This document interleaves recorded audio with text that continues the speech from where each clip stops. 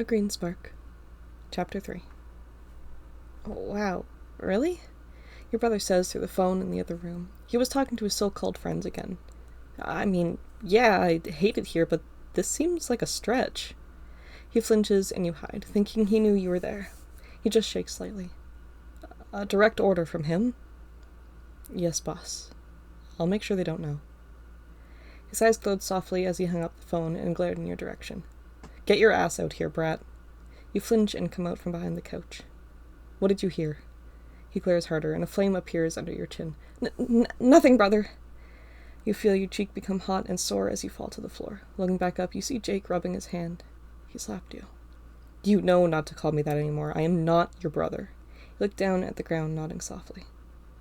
Sorry, Jake, you say, getting up and walking to your room. You look back to see a pained expression masked by rage on your brother's face. We are sitting at the kitchen table. Carl is across from me with an ice pack on his head. Lyra is out shopping, so we have time to sit and talk. Are you sure you're okay, bud? I didn't think she'd do that. He laughs and waves his hand. I'm fine. I didn't think she'd be that strong, but did you find out what you needed to know about her? I nod and stand up to get him some more ice as I notice the ice he has is melting. Yeah, she is one of them, which would explain why she's so strong. Then, what is she? I flinched at his question. God, he was going to think I'm insane. Promise you won't think I'm crazy? He nods excitedly as I give him the ice. She's a demon. He laughs softly, grabbing the ice and changing it out for the ice he had before. Are you sure you took your meds today? He stops laughing when he realizes I'm serious. You're not joking? I thought they were a myth! I shrug, sitting back down. How do you know? Her eyes, they aren't natural. Most demons I've seen don't have naturally colored eyes. Some, like her, have, what is it called, heterochromia? 2 different colored eyes. I pause to see him leaning in, listening closely to every word I say. I snicker, and before I can continue, he puts his hand up to stop me. You've seen other demons? I look down at the table, fidgeting with the cloth. Demons killed your parents, he mumbles, realizing where this was going. His mother comes in the door, just staring at us. I went from fidgeting to staring straight at her as she stared at us. Carl with the ice on his head, and me scared half to death knowing she heard what he just said. Clinton, wait! Lyra says as I burst upstairs, avoiding anything she has to say. Carl, don't you go anywhere! She yells as he stands up from the table. What happened to your head? I stood at the top of the stairs, out of sight, before hearing a soft laugh. I fell off my bike trying to get off of it. I had already taken off my helmet, so I hit my head. I'm okay, though. Clinton helped me. Carl lies and smiles, rubbing the back of his head before wincing and looking away. Okay, as long as you're okay. Now, what was that about demons? I sit at the top step, listening to how Carl is about to explain all of this to Mom. I'm going to be so grounded. Oh, well, we were... He doesn't know where to start. Please, for the love of God, don't tell her we were in a fight. We were looking through books at the library. What? I whispered to myself. He's covering for me. And we found this book about demons and angels. Clinton ended up looking really sad at the demons before he grabbed the book and threw it. She makes him stop and glares at him. Don't worry, the book is fine. You don't need to replace it. But anyway, we came home today after playing, and he finally told me why he did that, and it was because of the people who sent him to the place where we got him. Okay, that's enough stories. Go play and make sure your head is okay. She smiles softly, patting his head and sending him upstairs. I stop and look at him smiling. Good job, Shrimp, I say, walking up the stairs with him. The next day, school starts up again. Monday morning. Carl and I start telling everyone what we can about what happened. Everyone needed to know the monster that was in the school. It was a danger to everyone here. We started up with more nicknames, getting Hellhound out there as best we can. I haven't seen her out at lunch recently, but that's fine. The art club doesn't run all week, so she's got to come out at some point.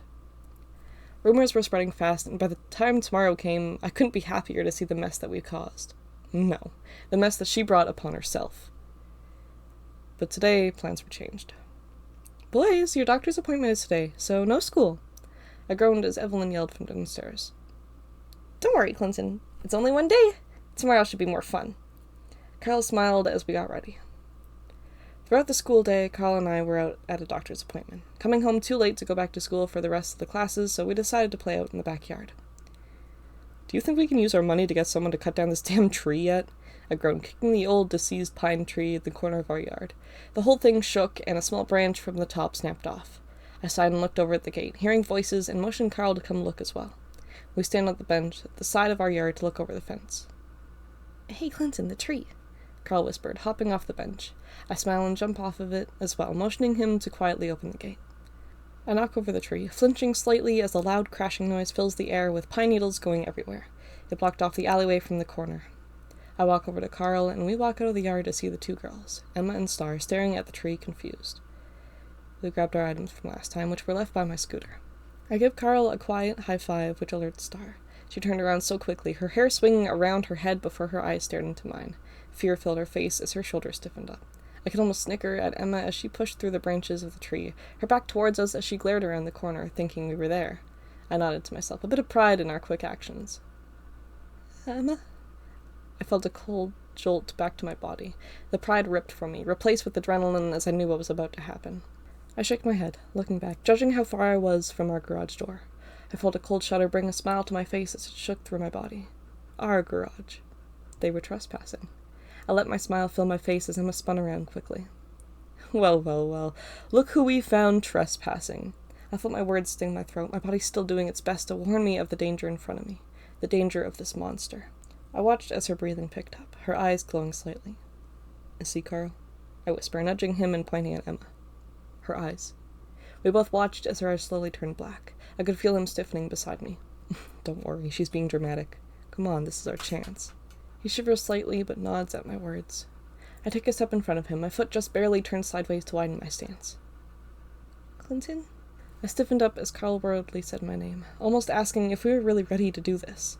I grit my teeth, staring at Emma. I felt a quick shock of fear run through my veins as she matched my step, her hand coming down from the tight grip on her sweater. "Oh, good. You're finally ready to fight? Your stupid dramatic act over, too?" I spat, glaring at her. I was done with her games. I should have killed her when her back was turned. My anger and fear only grew as her eyes turned darker, the color glowing brightly. I clenched my jaw, unwilling to let my teeth rattle as I shook ever so slightly. "Carl, why don't you get me something to level the playing field here?" "Right," Carl said quickly and confidently, running off into the backyard and quickly bringing us out weapons of sorts. He grabbed me my bat and another one of his wood-carving knives. I worried he'd lose this one, too. He was enjoying this hobby. I grit my teeth with that thought. That just meant I'd have to try really hard to protect him here, to let him continue doing what he loved, to make sure this demon, no, these monsters, don't kill him, too. I watched as Emma stood more in front of Star, worry in her expression as I gripped the bat tightly. "So you know," Emma muttered. It almost surprised me, and that made me angry. How would anyone not see the monster that she is? The danger to everyone that she is? I widened my stance, bringing the bat down to point it at her. Monster. Carl looked between us, taking in the words Emma said slowly, realizing that it wasn't just a hunch, that the dots weren't just randomly placed, that she really was a demon. I glanced behind me, seeing Carl shake slightly before his feet moved swiftly. I looked back just to see Emma opening her eyes, her chest relaxing after a terribly timed sigh. I watched as she missed pushing him away, standing strong in front of Star and taking the hit. I watched as that knife plunged deep into her arm, and I knew I needed to protect him now, because now she wasn't going to hold back. I quickly raised the bat, taking strong steps towards Emma. If I could catch her off guard, then we'd be safer. We'd have the upper hand. I could see Carl's fearful eyes as the blood covered his hands, his grip tightening on the knife as fear froze in his body. I could see Emma start to move, an attack that I wouldn't dare let her perform. So I swung as hard as I possibly could, slamming my bat into her side and watching in pride as she was tossed to the side like she was nothing. I grunted slightly. I was aiming for her head, but her shoulder would do for now. I felt my heart beat so strongly in my chest, even stronger with the sight of her blood trickling down her arm onto the pavement below her. "Clinton, I didn't mean to," Carl mumbled slightly before I put my hand on his shoulder as we both faced Star. She stepped backwards, staring at us and shaking. "Carl, don't worry, she'll be fine. It's like a paper cut to her, just take a look." We watched in a mix of fear and amazement as her wound healed quickly. Then our thoughts were interrupted by her voice as it cried out, "Don't, please!" I scoffed and raised my bat towards Star. I didn't care what that demon had to say. I needed their bloodline erased. "She isn't one, so just let her be, please!" She seemed so weak. Even after she healed, her wound was still dripping blood. "And why should we trust you?" I scoffed, turning the bat towards her and raising it with a stubborn glare. "You're a demon, and I don't want to be!" I felt a pang of guilt as her words cried out, her eyes pleading with tears.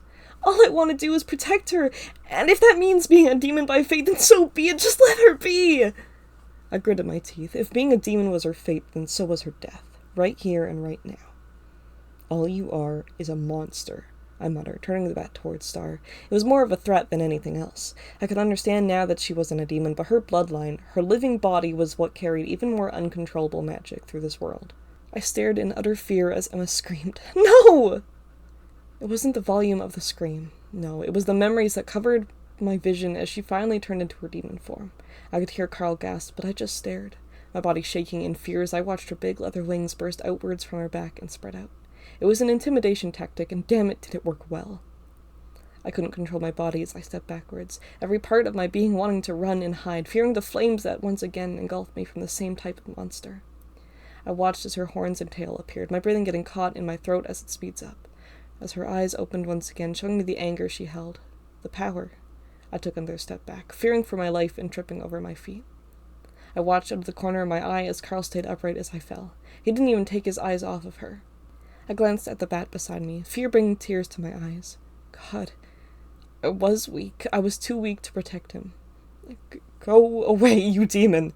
I stutter, my voice cracking as my throat tightens, gripping down the words that brought tears to my eyes. I grabbed the bat, watching as her gaze didn't waver.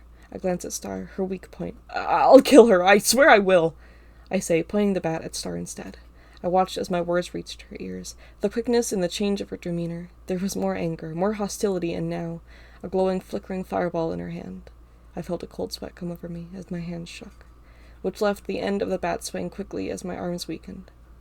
I watched as Carl looked down at me, worry in his eyes before he turned and stepped in front of me. I could see the tight grip of the knife in his hands, the drying blood still coating both him and the knife.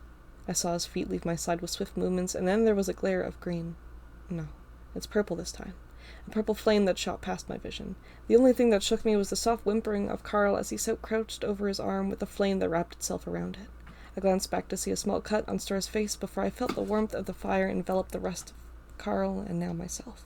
I quickly caught Carl as his arms gave out from underneath him, the fire already turning his skin red. It wasn't as strong as Jake's, or maybe now that I was older it didn't hurt. I was stronger this time. I held Carl tightly in my arms, trying to pat out the worst of the spots on his body. His skin was bright red, and I could feel mine blistering. She was focusing her damned magic on me. "Clinton, it hurts!" "You demon!" I yelled, trying to divert more of the attention off of Carl. I could see tears form in his eyes before the heat evaporated them. "Are you name-calling or stating the obvious?" Emma yelled, her voice crackly and dry, full of anger and some emotion I couldn't place as she glared down at us. Another fireball was ready in her hand. "Emma!" I flinched, holding Carl tighter as Star yelled her name. "Please, please don't kill them!" I could almost scoff if the pain weren't starting to get to me. Was this her trying? Ha! Even my brother, at half our age, did better than this. "I never wanted to," she mumbled. I felt my grip soften on Carl as the pain started to fade. This was only for a second before her gaze was stern on me. There were no words said, but guilt quickly overcame her expression and she turned away from us, saying something to Star. I just went back to checking on Carl. His arm was burned much worse than the rest of his body. It wasn't bad, but it would need some good gel to heal up better. I sighed and looked over the numerous blisters that covered my arms and legs. I sighed and looked down at Carl as he whimpered softly in my arms. "Hey, it's all right now. Don't worry. You're safe." My words were cut short as both of us heard Emma turn around. We both looked up to see her glaring down at us. I held Carl tightly as she came closer. "Listen," she said, stopping a few good feet in front of us. "If you try anything like that ever again, I will kill you. If you're this stupid, maybe I have to spell it out for you. I am only protecting my sister. So if you want to live, leave her the hell alone." I grit my teeth, almost disappointed, as Carl quickly nods. I wasn't going to let her live after this stunt. All she did was prove to me that she was so much weaker than I gave her credit for. I watched as he turned and walked away, and quickly let out a shaky breath. She's a monster," Carl said, shaken. I nodded and helped him inside with plans to at least start a cool bath for him. "What about you? You're burnt worse than me." I sighed and smiled. It's not the first time I was trapped in a fire. Probably not the last if she has anything to say about it. I'm okay. It doesn't hurt. I walked through the door and nudged him towards the stairs. "Go get some PJs or something." "But, Clinton..." I smiled and turned back towards him. You promise you're okay? Yeah, her fire even isn't that strong. He sighed and smiled softly. Alright. I watched him walk up the stairs, cringing as I watched him flinch as he rubbed against the wall. I sighed and rummaged through the downstairs bathroom. I knew we had some cream in here somewhere. I opened the mirror, a cabinet hidden behind it with just what I thought I was looking for. I grabbed some of the aloe vera gel, and we had a painkiller for us both. We'd probably need it to sleep well. You ready in there? I say, knocking on the door gently. Yeah, Carl said softly. You know you don't have to do this, he mumbles as I walk in. I made sure not to look at him. Even if he had a towel wrapped over himself, it was better not to make us both a little uncomfortable. Yeah, I know. But you get scared with how loud the taps are, and I've learned how much the perfect amount of bubble bath is for you. I could see a smile stretch across his face as I set down the pills and the container of gel. Thank you. I shake my head as I start the taps. Yeah, no problem, Shrimp. I chuckle as I grab the bubble bath. I finish getting his bath ready and head into our room, groaning in pain as I roll over to my bed. I stare at the roof for a short moment before checking my arms. Doesn't look much different from the previous scars now that the redness has gone down. I sat there looking out the window for a while until I heard Carl come out of the bathroom. So, you're okay? He says quietly as his hair drips water down his back. I snicker and nod. Not gonna dry your hair? He shrugged and came to sit beside me. How are you feeling? Better, much better. He smiles and looks out the window. Evelyn didn't ask you what happened? I think back to when Evelyn came home, glancing at me and waving before sitting in the living room and working on some paperwork. No, she didn't have a chance to, or didn't see. I don't know. I groan and flop onto my bed before sitting up again and grinning. Hey, look at ourselves. We look like we got into a pretty bad fight, huh? Yeah? Carl looks at me confused before checking himself over. It would make for some pretty bad rumors, wouldn't it? His eyes light up at my words before he jumps into bed. Ha, I thought so. Let's do the groups tomorrow. For now, let's get sleep, I say, turning to my side and laying down. The next morning, we came to school, and immediately a few of the groups who weren't scared of us came running, especially to me, as the burns I had before looked much worse. You were gone yesterday after telling us she's a demon, and now you come back covered in burns? What happened? How are you two alive? Some kids panicked and helped us spread the rumors, while the others steered clear of her.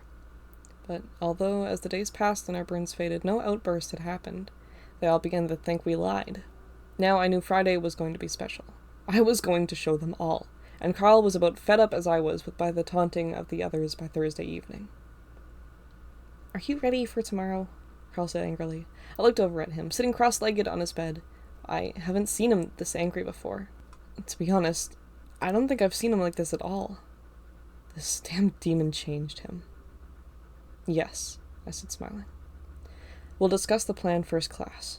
For now, sleep well. You'll need it, Shrimp. I smile and turn to sleep.